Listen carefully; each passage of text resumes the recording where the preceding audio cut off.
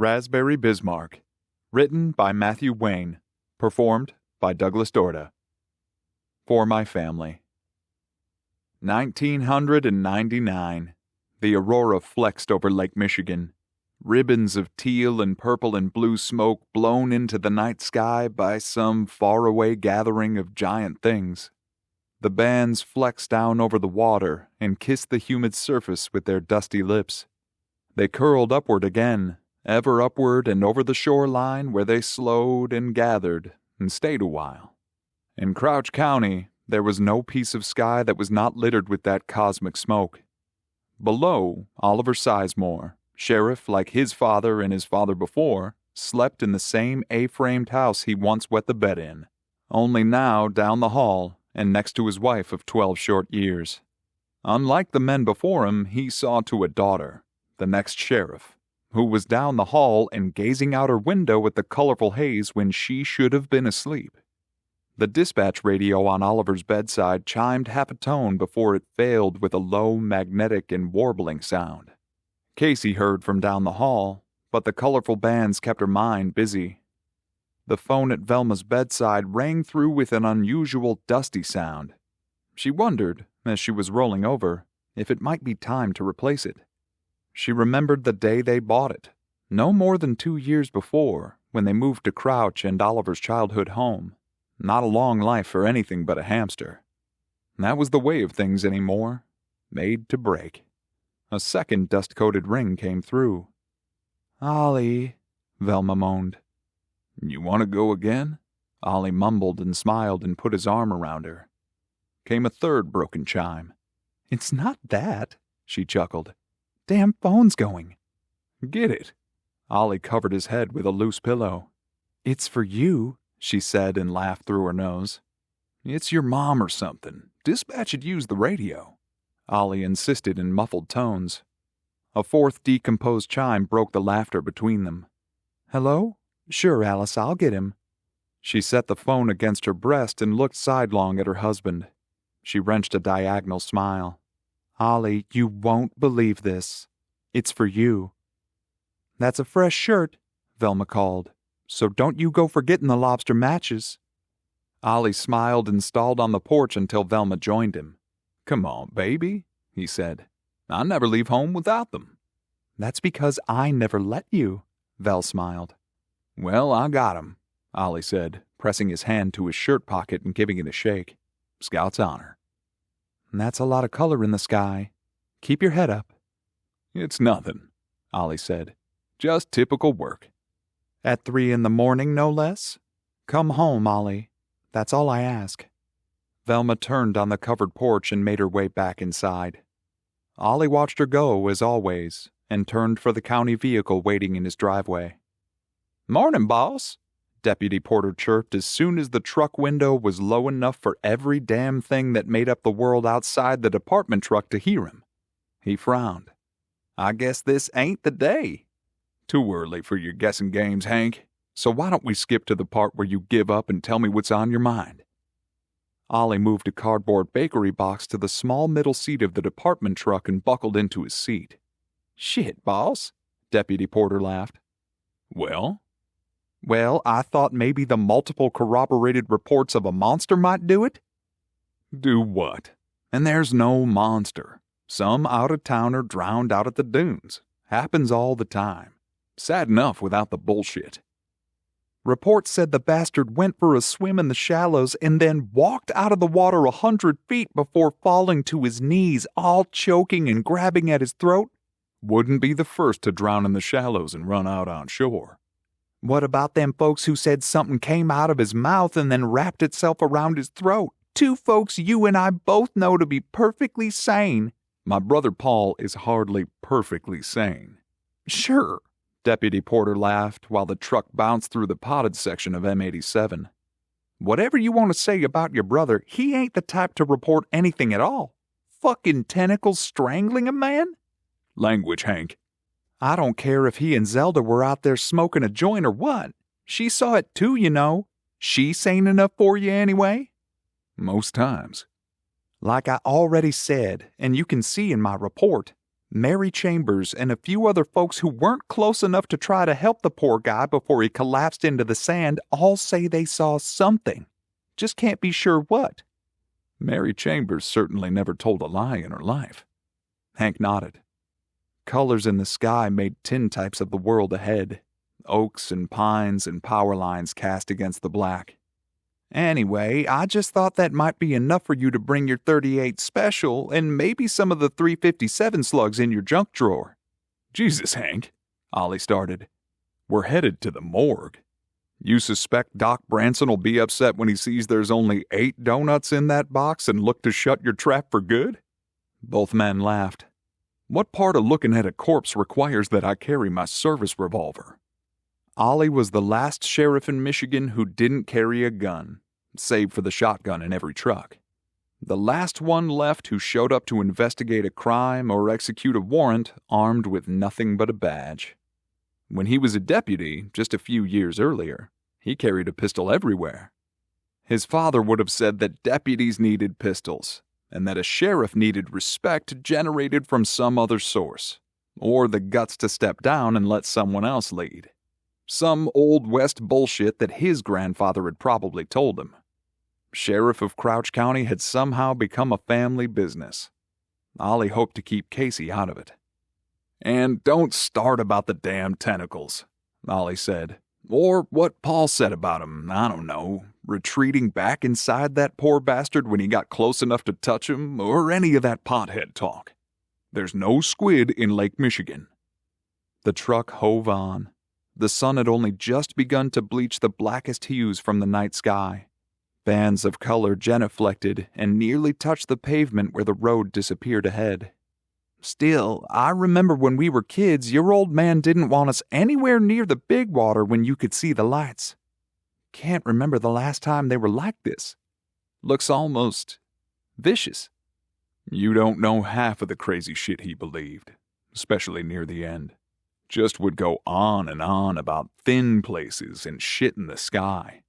Ollie waved a defeated hand to no one, or possibly someone unknown even to him. "It's sad. I know you loved him too, but it's all just enjoy the drive, Henry."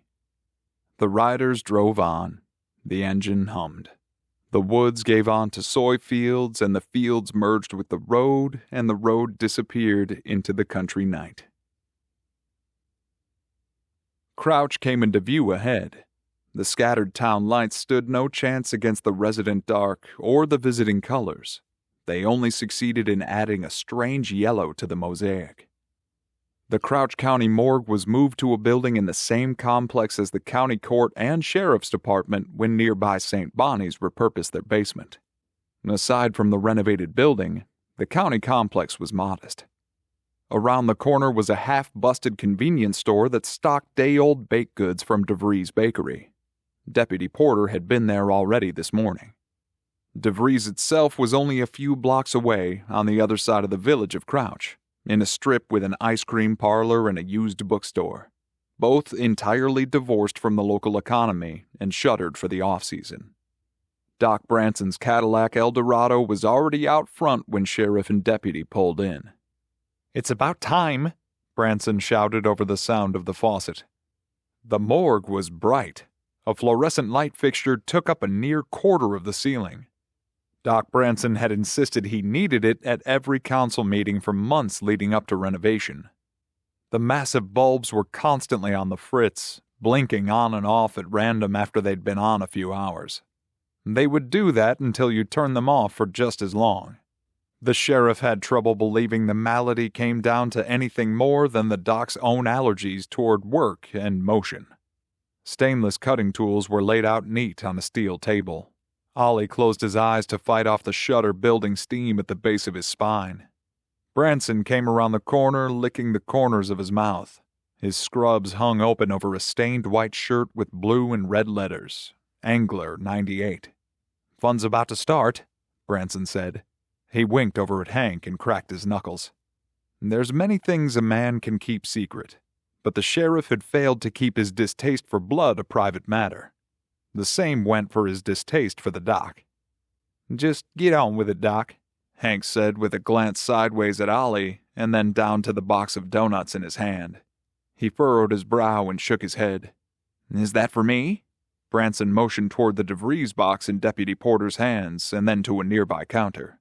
Put 'em over there. Branson rolled across the tile floor on his stool to the gurney, looking like a child, overweight and sloven, and yet to realize that the eyes watching had not the patience of his mother. I'm thinking, Branson said, pulling on blue exam gloves, that our boy drowned. What you say, Sheriff? Shall we? He spun his stool away from the lawman and leaned closer to the corpse. Vincent Toscani, according to the tag on his toe. I hate to do this to you, Sheriff, lovely as you are and all, but there's only one way to be sure. Branson braced either side of Toscani's chest and pushed down with all the force his massive frame could muster. Toscani's chest cracked and settled with the slumping sound of an axe through waterlogged firewood. Foamy white spew flowed from dead Vincent's nose and mouth. The foam drifted down the side of his cheeks and pooled on the gurney in front of Dr. Branson. Yeah, that's about right, Branson said and breathed heavy with regret. I probably don't have to cut this fellow open. Foam poured from the dead mouth without assistance or audience. Sad as I know that makes you, Sheriff, Branson chuckled and wiped his nose with his sleeve. The white foam continued to pool on the steel gurney, small bubbles like tapioca pearls popping and merging as it went. Sheriff Sizemore was just about to look away when the white foam turned to pink. Wait a minute, Branson chuckled. The corpse's secretions thickened and ran. The pink bubbles grew smaller and clustered closer together as they darkened, pink to crimson, until the bubbles gave way to a steady flow of crimson syrup that ran thick and then thin again from dead Vincent's lips. That, Doc Branson chirped, that calls for a bone saw. A satisfied smile broke over Doc's face. Hank reached for one of the remaining donuts when the grinding of metal through bone ceased. Ollie managed to hold back his vomit through the moist report of Mr. Toscani's breastbone cracking open, but lost some when the corpse's weakened flesh tore to the navel. The drowned man looked like the lobster Velma ordered on their honeymoon in Maine, silver platter and all. He couldn't make it past the smell. Drowned dead, stale water, old, impossibly old and rotten for a body just hours old. The sheriff vomited into a wastebasket. Doc Branson chuckled to his left, then turned away from Vince's body to admire his accomplishments. Come on, Sheriff, that's a new can, he chided. Damn, this is some goddamn smell coming off this floater. How long was he under? Not long. Hank choked and covered his mouth. Actually died on the sand. Come again? Branson asked, rummaging through his tools. Tell me from the top. A bunch of folks were on the beach to watch the lights, Hank continued. And this fella felt compelled to go for a night swim, I guess, like a lot of these out-of-town types. After just a few minutes, he came up grabbing at his throat, walked up onto the beach, and died right there on the sand in front of Paul and Zelda Sizemore. Wouldn't be the first unlucky sucker. Branson turned completely in his stool, away from the bloody ribs pointing to the sky like so many legs, speaking as though the dead man were not there at all. Something behind the medical examiner shifted. Ollie saw it. A too-pink intestine that moved all on its own. Christmas, Ollie said. Doc, you might want to turn around. He gestured to the body on the gurney. Branson wrinkled his brow, looked to Hank, rolled his eyes, and turned back to the drowned man on his table. If you're going to replace your dad, Doc started casually enough. Doc! Something fleshy, pink, and prehensile shot up from between the drowned man's intestines and kept rising from the dead cavity long after the men thought it should stop. The strange invader dripped Vincent's bodily slime to the tile floor below. You're gonna have to work on this squeamishness, The tentacle bent in all directions on its determined journey past Branson's lips and teeth and into his mouth. The doc struggled with the slippery thing while it wriggled through his panic-stricken hands and down his throat. And still the arm kept coming out of Toscani. No sign of where the pink thing began or what it was attached to in the guts of what used to be a man, or when Branson would be permitted by the invader to relax his jaw. Branson's eyes darted and crossed behind his thick glasses as the tentacle probed. "Hank," Sheriff Sizemore shouted. "Hank, shoot it!" But the sheriff's childhood friend was frozen stupid, mouth open. Seeded raspberry filling dripped from the powdered donut in his hand. Two smaller sprouts emerged from the bloody mess and danced out toward Branson. The moist limbs cradled and then pushed past the doctor's glasses. They wormed through his tear ducts and made a home behind his eyes. The limb in Branson's throat jostled some, and the doctor danced on the slick tile. Then the totality of the terror shot out of the drowned man's rotting cavity. As it came forward, bones cracked and broke in the place it left behind. The corpse's liver and small intestines were fused to the tail end of the invader. Along its side was a human ear, but wrong-angled, as though drawn by a blind man. In a final lurching move, the mass buried itself entirely in the mouth of the doctor in front of them. Branson's hairy neck bulged in irregular shapes as the thing made its way down. Blood trickled from behind Branson's eyes in 4 small streams that gave way to rivers that flowed to cover the doctor's unshaven cheeks. Then the wet ripping sound of displaced retina as Branson's eyes emerged from his skull on little tendrils and danced around above his head. Deputy Porter's half-eaten donut dipped again, adding further crimson to the green and white tile floor. The thing that had once been Doc Branson shifted in Hank Porter's direction like a newborn foal, legs not quite its own. Looking like 2 men in a horse suit, Doc lunged for Deputy Porter, still frozen there with his donut. "Hank, damn it, Hank!" Ollie shouted, his own joints like concrete. He strained against them. The Branson thing lunged again, now just one laborious move from Hank Porter. "Deputy!" Branson's bloated body tensed again. Ollie lunged too and knocked his partner to the floor. He scrambled through the jellied gore and made for the .45 on Porter's right hip. He had barely touched his thumb to the safety on his partner's pistol when it slipped from his hands and hit the slime-covered floor with a slide. Ollie dove for the pistol and for his life. Branson turned one of the eyes that danced above his head toward the sheriff on the ground and made for the lawman. After 2 dragging steps, the Branson thing stopped dead and yowled as a beak tore through the doctor's shirt at the navel. The beak snapped at excess flaps of Branson's flesh, making room for its awful, hissing reveal. Ollie could only stare. Sheriff Sizemore thought of his wife and daughter, still asleep in their home, where there's nothing in the lake. He thought of his cousin Paul. There's nothing in the lake. Nothing in the lake. He felt the cold gun in his hand and heard bones cracking. A bloated foot came toward him, sprouting eyes as it came, like an old potato. Ollie shot 3 times, the cold gun jumping in his hands at first, but settling as the memory returned to his muscles. 1 round tore through Branson's head and 2 through his chest, where Ollie thought the thing's head might be, somewhere above that awful beak. The creature still came forward, snapping what was left of Branson's arms at the elbow and loosing bloody ringlets from the beak as it came. The sheriff fired and fired again. Each little bullet punched new holes in the Branson thing. New holes that were filled by new sprouts just as soon as they were ripped. New sprouts that danced out toward him and reached for the fluorescent lights above. Branson's other sprout-covered foot lurched. 2 shots left, Hank, Ollie shouted to his partner, stiff on the floor. "Then we're next. Hank, get up and run, you dumb mother—" The next shot tore through the place where Branson's left eye used to be and hit a jar of chemicals a shelf behind the Branson thing. Ollie's nostrils stung, even through the waterlogged rot. He scrambled for Hank, driven halfway back to consciousness by the acrid smells, and stood him slack-jawed against the wall beside him.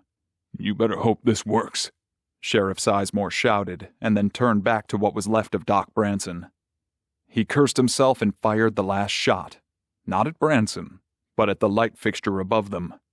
The metal casing full of bulbs and mirrors dropped from the ceiling, and instead of crashing down on Branson, dangled harmlessly above the chemical-soaked floor. Branson continued forward like a slug, but still moving toward Porter and Sizemore. Little sprouts reaching from every tear in the doctor's weakened skin. The dangling fixture slipped toward the floor with a loud grind, metal on metal, and rested just inches above the liquid that Ollie hoped was flammable. Ollie felt slippery sprouts threaten his toes through the skin of his leather boots and kicked the persistent tendrils away with everything he had. He looked at Hank. All 230 pounds of him stood helpless and drooling against the doorway, half a donut still clutched in his lockjaw hand. Ollie kicked again at the tentacles crawling toward him across the floor, sure he would never see home again. And then it slipped from his pocket. The matchbook.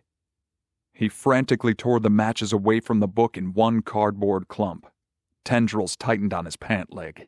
He struck the magic strip with the floppy mass of match heads again and again and again, but all went flaccid.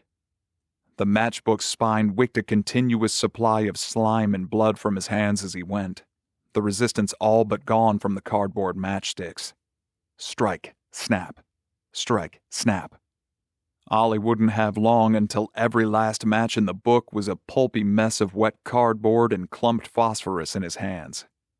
He thought of home, Velma and Casey, and all the cats he pretended not to like but snuck nips of butter and small pinches of cheese when no one was looking. Strike, strike, strike. A massive ball of fire in his hand. Ollie threw the flaming matchbook and prayed it wouldn't blow out in the acrid atmosphere along the way. The floor caught fire, blue at first and then orange and yellow and red as it spread over the trail of chemicals toward Doc Branson and the rest of them. The Branson thing screamed from both mouths when the fire took him, a human yowl from the mouth Branson shoved full from minute to minute, and something else entirely from the beak that had eaten its way out of his belly. The animal shriek froze Ollie in boiled terror. The morgue was burning all around him, and he couldn't think of any goddamn thing but that howl, part bird and part goat. Little explosions of glass and chemicals hit the Branson thing's skin and ate through the spud eyes and sprouts in diminutive waves of fire and acid. The beast howled again. Fire spread to the walls around them. Hank stood in the middle of it all, still frozen stiff. The jelly donut still teetered on the edge of his open hand. Fire crept toward them. Branson, now some horrible amalgam of man, beast, and Roman candle, stumbled toward them. Tentacles and spuds burned and shivered, and new growth took their empty places, pushing from Branson's pores and follicles and the spaces between teeth, only to wither and char and be replaced by themselves. Ollie spun on the floor and pushed himself up off the ground, slipping a little in the slime. "Deputy!" He grabbed his friend by the shoulders and shook. "Hank!" Sheriff Sizemore saw the deputy's eyes come back from wherever they had been, and then go wide. "I can't lift your big ass, Hank. Go!" More glass exploded behind them. Ollie pushed his partner through the morgue door, past Branson's Eldorado, behind the department truck, and down to the asphalt. "Hank!" Ollie shook the man's shoulders, but the deputy registered nothing. He only whispered to himself in shock. Ollie couldn't make out the words. "Hank, are you in there or not?" The sheriff wasn't sure. "Damn it, just stay here." Ollie moved back around the front of Hank's cruiser. The terrible scream came again from the burning wreck, and Ollie had to fight a swelling urge to box his own ears. "Get to the radio. Get the cavalry. Vel, Casey." The scream came again as his sweaty fingers slipped from the door handle and jammed on his palm. "Ah, damn it, this is Sheriff Sizemore," he barked into the radio. "I'm at the county complex. I need the fire. The sheetrock walls around the morgue collapsed. Ollie watched the last charred bits of the Branson thing writhe and ooze in the flames until it was a still and burning ember. "Sheriff? Come in, boss."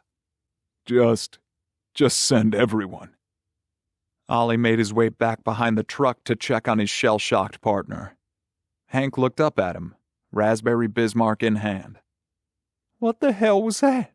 he asked, and raised the drippy donut to his face. The end. This has been Raspberry Bismarck, written by Matthew Wayne. Performed by Douglas Dorda.